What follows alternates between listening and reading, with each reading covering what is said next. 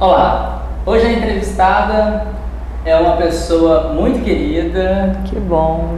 Bem carismática. Oh, obrigada, Bíblia. Ela é fluminense. Pois é, nasci no interior do estado, do Rio. Do Rio de Janeiro. Rio de Janeiro. Pertinho de Itaperuna. Perto? Como é que você sabe? Bom Jesus de Itabapoana. Bom Jesus de Itabapoana, gente, isso existe. Ela é médica, especialista em ginecologista, obstetrícia. E agora fazendo fisiologia hormonal.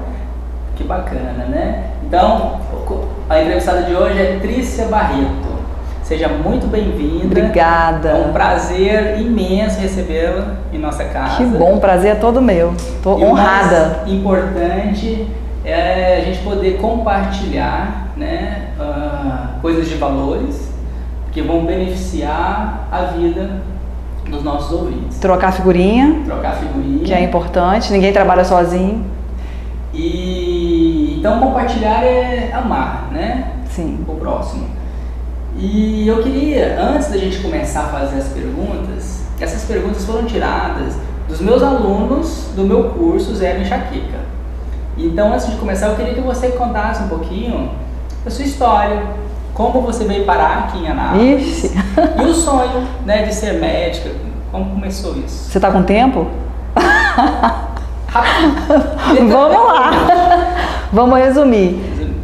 Bom, o negócio é o seguinte, eu nasci no interior do estado do Rio e vivi no interior, nessa cidade chamada Bom Jesus de Itabapoana, até os 16 anos.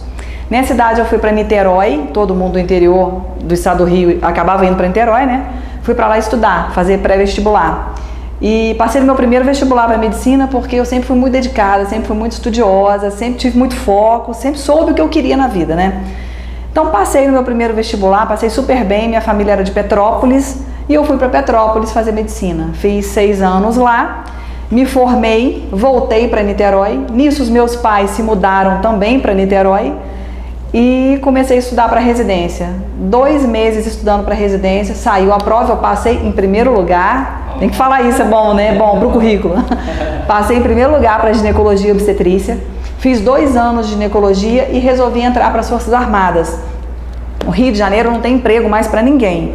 Então, ou você se prostitui em clínicas, eu falo isso porque esse é o nosso linguajar mesmo, por mais esdrúxulo que possa parecer, ou a gente entra para um hospital militar. O hospital militar no Rio é muito bom mesmo. E eu consegui entrar para ser médica temporária, também tem para dentista, né, para farmacêutico, que a gente pode ficar 8 anos. Com 2 anos dessa vida, eu falei assim, eu quero ser militar. Porque eu achei que a aeronáutica era a mesma coisa no Brasil inteiro. Não é. Força Aérea Carioca é diferente. Resolvi ser militar, estudei muito para fazer o concurso. Quando saiu o edital, foi uma vaga para o Brasil todo. Essa vaga foi para Curitiba. E eu tive um problema com a cidade de Curitiba. Eu não me adaptei bem. A cidade é muito fria, as pessoas frias, eu não conseguia penetrar lá. E resolvi correr atrás para sair. E com menos de 5 anos na cidade, quando a gente passa para o concurso da aeronáutica, a gente não consegue sair, de jeito nenhum. E eu consegui, corri atrás, pedi a todo mundo que eu conhecia e não conhecia, e surgiu uma vaga onde? Anápolis. Eu nem conhecia nada dessa região, nada do Centro-Oeste. Não conhecia nada, Brasília, Goiânia, nada. E resolvi vir para cá com a cara e a coragem. Eu estava com 2 anos de casada, estava grávida, meu marido super topou, ele é muito companheiro, carioca também. E a gente veio pra cá. Chegou aqui, ele resolveu fazer um concurso assim que chegou na cidade, um concurso para a Secretaria da Fazenda do Estado, passou, as vagas eram para o interior, ele acabou ficando em Goiânia, de Goiânia recebeu o convite para vir para cá e deu tudo certo, casou tudo. E hoje, gente, eu já me sinto anapolina já. Vou até receber o título de cidadã anapolina. Nossa, eu tô chique. Parabéns, você merece. Obrigada. E eu vim para cá dessa forma e hoje realmente me sinto anapolina, gosto muito da cidade. A cidade me abraçou, me acolheu muito bem, foi diferente do que aconteceu em Curitiba, eu já tive uma resistência quando cheguei lá, aqui eu já cheguei de peito aberto também, isso já ajuda, né? Quando a gente já vem predisposta a gostar do lugar. Goiânia, né, Goiás, Minas Gerais, as pessoas são mais acolhedoras, né? Eu senti isso. Então aqui, a primeira conversa, a pessoa já te convida para ir a casa, um cafezinho em casa. exatamente.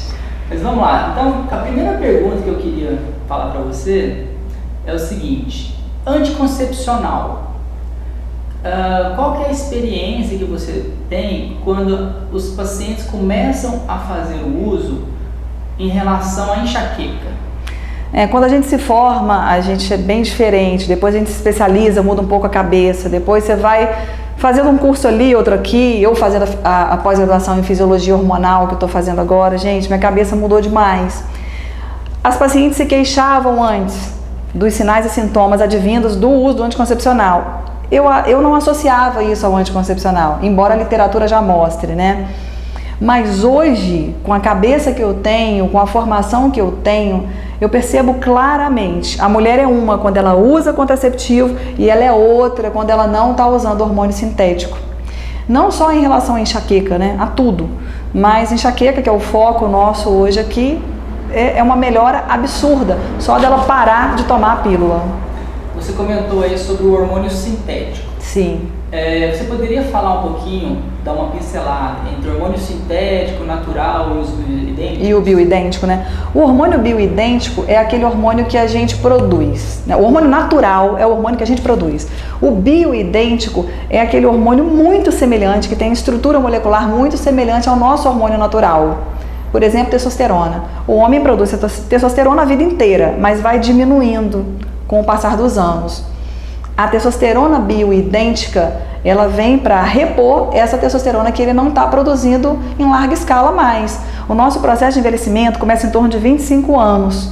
Então, a partir de 30 anos, já começa a diminuir muito a cada ano. Você sabe disso, né? Então, o que a gente vai fazer? A gente tem que repor. Vamos usar testosterona sintética? Anabolizante? Complicado, né? Então, a gente lança a mão do produto bioidêntico. O hormônio sintético, ele se liga a um receptor que chama SHBG, que a gente tem no nosso corpo. Esse receptor, quando ele está ocupado com o hormônio sintético, os hormônios naturais, eles ficam soltos, eles não conseguem se ligar. E o que acontece com isso? A gente começa a ter um monte de sintoma, um monte de sinal, como enxaqueca, diminuição da libido, cansaço extremo, indisposição, alteração na tireoide, envelhecimento, que acelera. Certo. Você falou de vários sintomas. O seguinte, todo o anticoncepcional, ele tem o ônus e o bônus.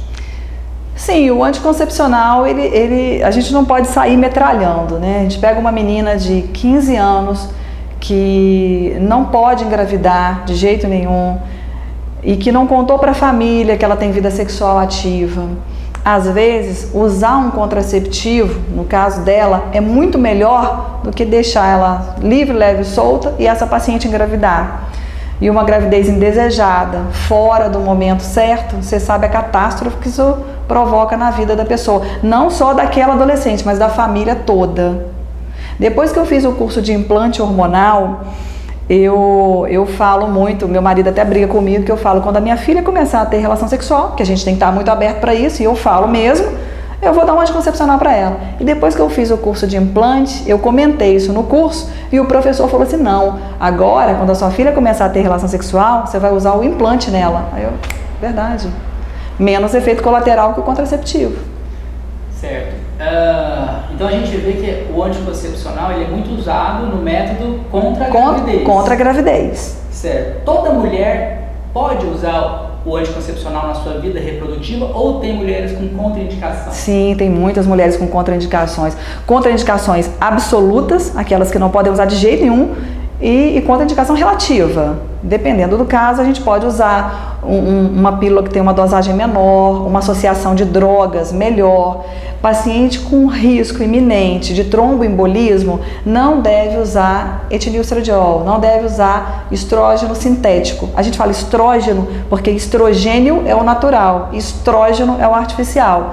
E as pílulas hoje elas são combinadas, a maioria delas, estrógeno e progestágeno. Uma paciente com risco de tromboembolismo, Abílio, a gente não pode usar estrógeno. A gente pode usar só o progestágeno, entendeu? Que são aquelas pílulas para mulher que amamenta também, que são pílulas só com progestágeno. Muito bom. Em relação à adaptação, tem mulheres que às vezes não se adaptam com o uso do anticoncepcional né? Ou sabendo dos riscos que ele pode provocar no seu Insiste corpo. em usar, né? Às vezes ela não quer usar. Tem outras indicações? Tem.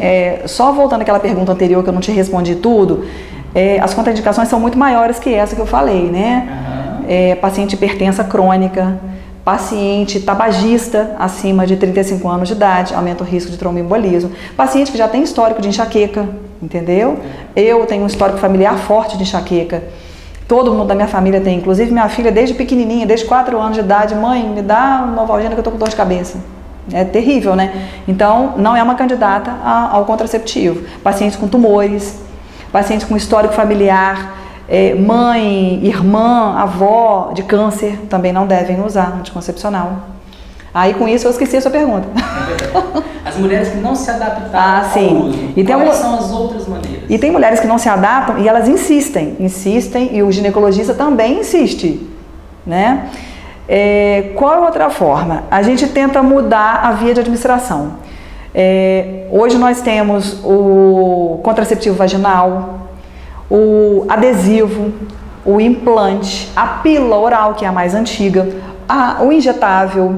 Então a gente vai testando. E associação de drogas também. Pílula combinada, trifásica, bifásica ou só a de progestágeno. A gente vai tentando isso. Associação de drogas, uma que tem menos dose. Se a paciente se adaptar, não tiver spotting, que é aquele sangramento no meio do ciclo, aquele lenga-lenga de sangramento o mês inteiro.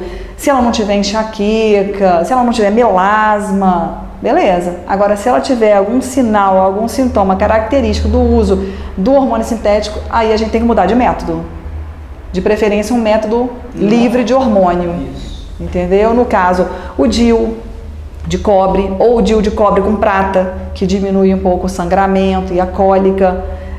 O DIU Mirena, ele é indicado em alguns casos. O Mirena, ele tem hormônio sintético sim, que é o progestágeno. Só que esse hormônio, ele escapa para a circulação no máximo 30%. É muito pouco. Comparado com a pílula, que é 100%, é muito pouco. Mas mesmo assim, tem pacientes que aumentam o SHBG, esse adaptador que eu te falei, e mesmo assim tem pacientes que não respondem bem, que tem sinal e sintoma, e a gente tem que tirar até o Mirena.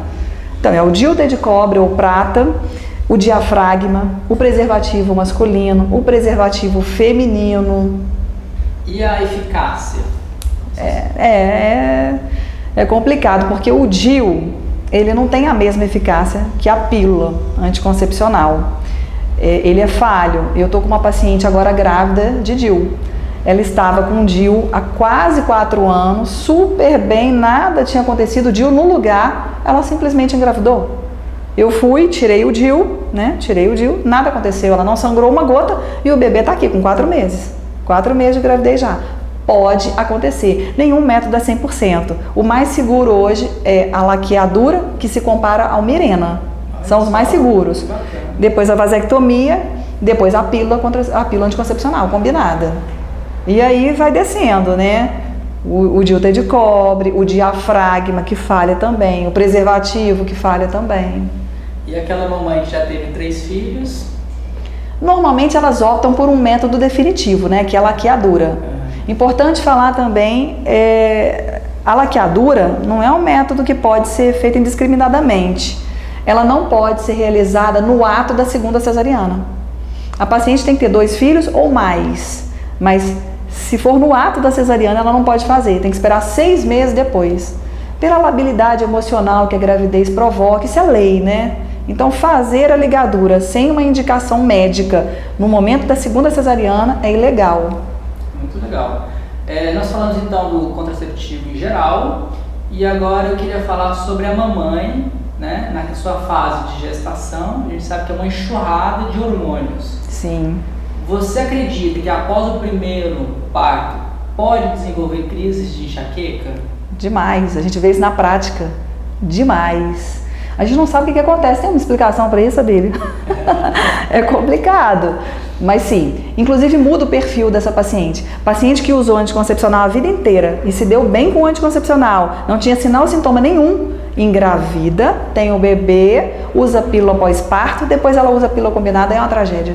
Assim, poxa, mas a mesma pílula que eu usava antes e agora eu não estou me dando bem, estou tendo enxaqueca, estou cheia de melasma, estou ficando nauseada, minha energia está caindo. Muda o perfil hormonal.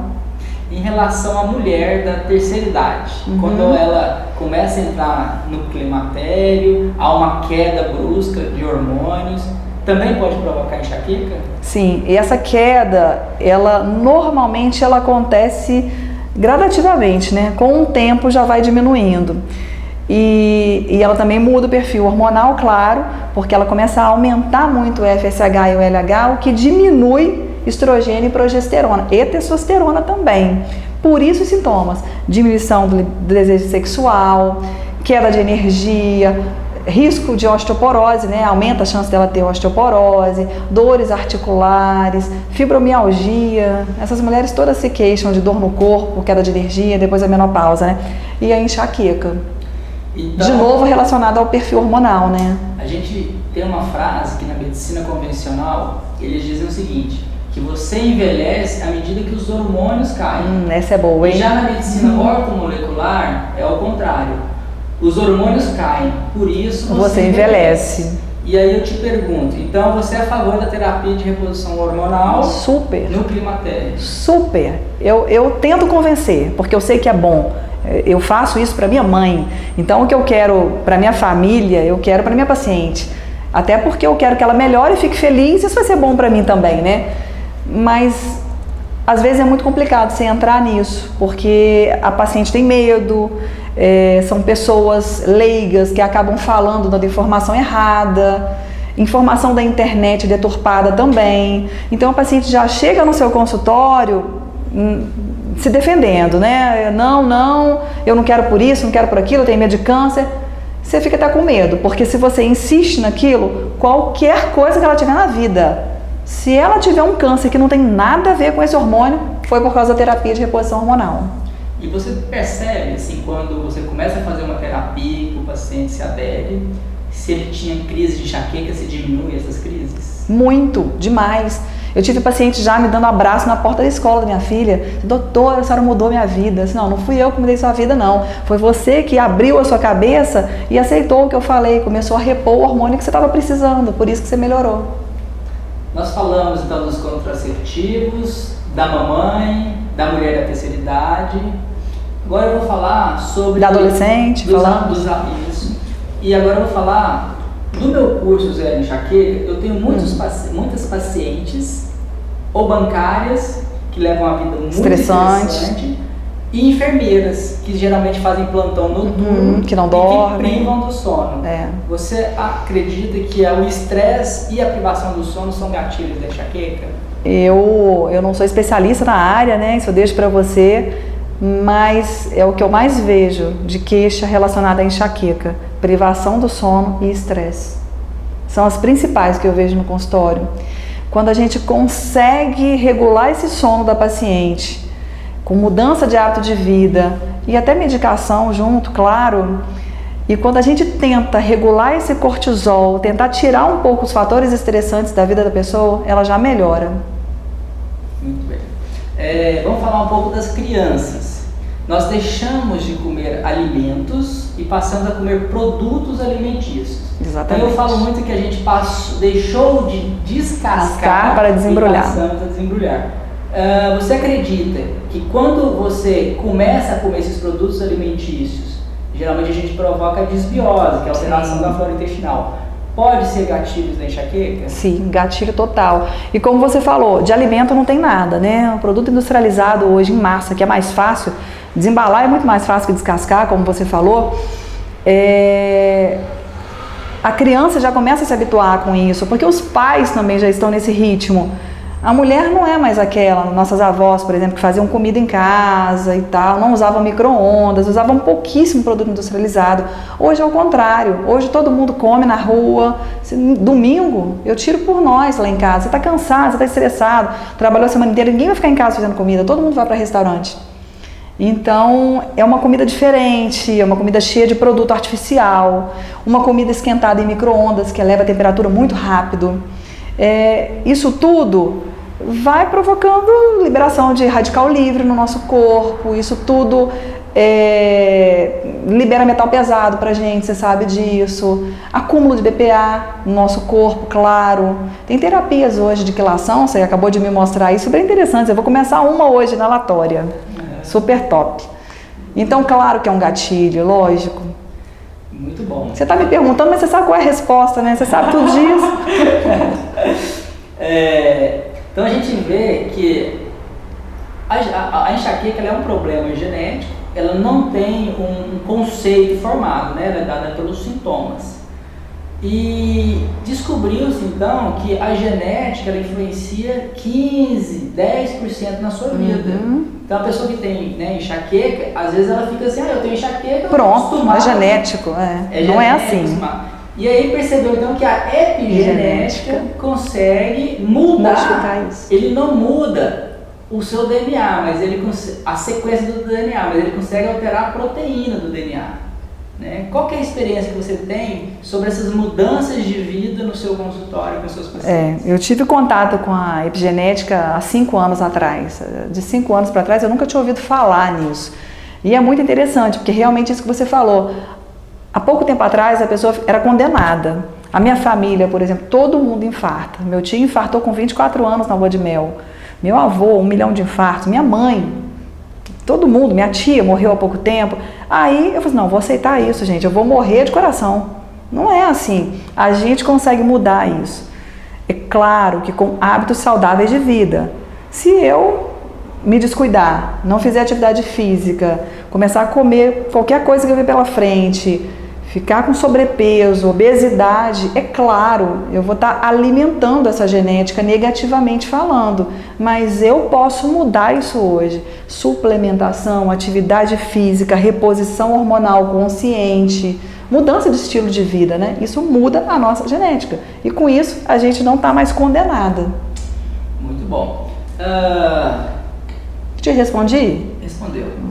A gente vê hoje que você é uma pessoa que tem sucesso na profissão. Quando a gente tem sucesso, a gente tem resultados.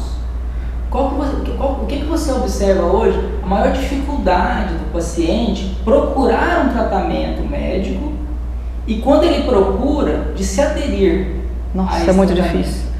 É difícil, tem que ser um trabalho contínuo ali, de preferência multidisciplinar, em cima do paciente para convencer ele, porque primeiro ele acredita que ele não seja capaz. Eu não sou capaz disso, eu não consigo fazer isso. Não, eu vou deixar de comer pão de manhã, comer ovo salgado de manhã.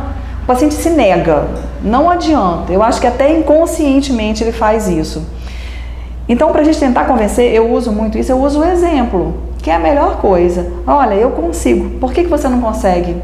Eu não tenho tempo, doutora. Eu assim, poxa, olha o meu tempo como é que é. A gente está aqui, né, tarde da noite, eu tô com filha doente em casa, mas a gente se vira e a gente faz o nosso tempo. O tempo é uma questão de prioridade. Então a gente tem que se dedicar quando a gente começa a perceber que o que a gente faz hoje vai mudar o nosso futuro. A expectativa de vida está aumentando muito, então a gente vai viver mais, se Deus quiser. A gente quer ser velhinho, velhinha, bem, que consegue abaixar para amarrar o tênis, que consegue andar, que consegue ir à praia sozinho, sem ser numa cadeira de roda para pegar um solzinho da manhã. Então, para a gente ter uma longevidade saudável, a gente tem que ter hábitos saudáveis. Eu tento usar o exemplo de pessoas que conseguem isso para convencer aquelas que acham que não conseguem. Muito bom. Você falou sobre longevidade. Eu queria que você desse para nós alguns segredinhos, porque as pessoas, elas passaram, né, uma qualidade de vida, né? Elas morriam com 70, hoje morrem com 90. Isso. Só que morrem com 90 com as doenças modernas, com diabetes, obesidades, síndrome metabólica, que acaba culminando nisso. O câncer. Então, as pessoas às vezes se questionam, mas será que vale a pena chegar até os 90 com essas doenças? Nunca, não. Então tem formas, né, através da epigenética, da gente corrigir isso. Quais seriam os segredos para você chegar a ter uma qualidade de vida, né, com saúde e bem-estar? Satisfatória, né? Eu acho que não tem muito segredo. Eu tenho certeza, não tem muito segredo, gente. Isso que a gente conversou aqui até agora. Há algum tempo atrás, o segredo para uma longevidade saudável era o quê? Você Você tem que fazer atividade física e você tem que comer bem, se alimentar bem. Depois, você tem que fazer uma atividade física, você tem que se alimentar bem, você tem que fazer uma reposição hormonal. Hoje, você tem que fazer uma atividade física, se alimentar bem, fazer uma reposição hormonal e suplementar. Existe ainda um tabu em torno disso. Eu não vou usar proteína porque eu vou ficar musculosa. Eu não vou usar aminoácido porque vai sobrecarregar meu rim. Eu não vou usar GH porque isso é uma bomba. Então, não é assim. A diferença, você deve ter ouvido falar muito isso nos seus cursos também, a diferença entre a medicação e o veneno é a dose. Então a gente tem que ter cuidado, a gente tem que tatear isso bem personalizado, bem individualizado, de acordo com cada pessoa. Controlar o estresse, claro, é o mal do nosso século, né? As pessoas estão muito estressadas, sem tempo para nada, correndo o tempo. Até quem não tem nada para fazer hoje, corre. Até quem não tem nada para fazer hoje não tem tempo, não dá para entender isso, mas é assim que funciona. A gente está muito intolerante no trânsito, a gente está muito intolerante com as pessoas, então eu acho que a gente tem que parar um pouquinho, respirar um pouquinho e cuidar da saúde física, cuidar da saúde mental, que a gente não cuida e a gente tem que cuidar. Se precisar de uma terapia, fazer terapia. Ah, não precisa de terapia não, então vai fazer yoga, vai fazer alguma coisa, vai fazer meditação, se pega com Deus, cuida da saúde espiritual. É um conjunto.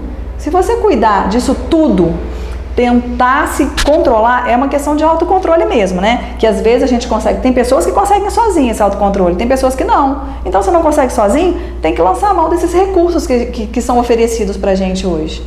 Então é isso, Abílio. Eu acho que é cuidar não só do corpo, é cuidar da mente, do espírito, ter a cabeça aberta, não se negar, não ficar com medo das coisas e tentar apostar naquelas pessoas que estudam e se dedicam, como eu, como você.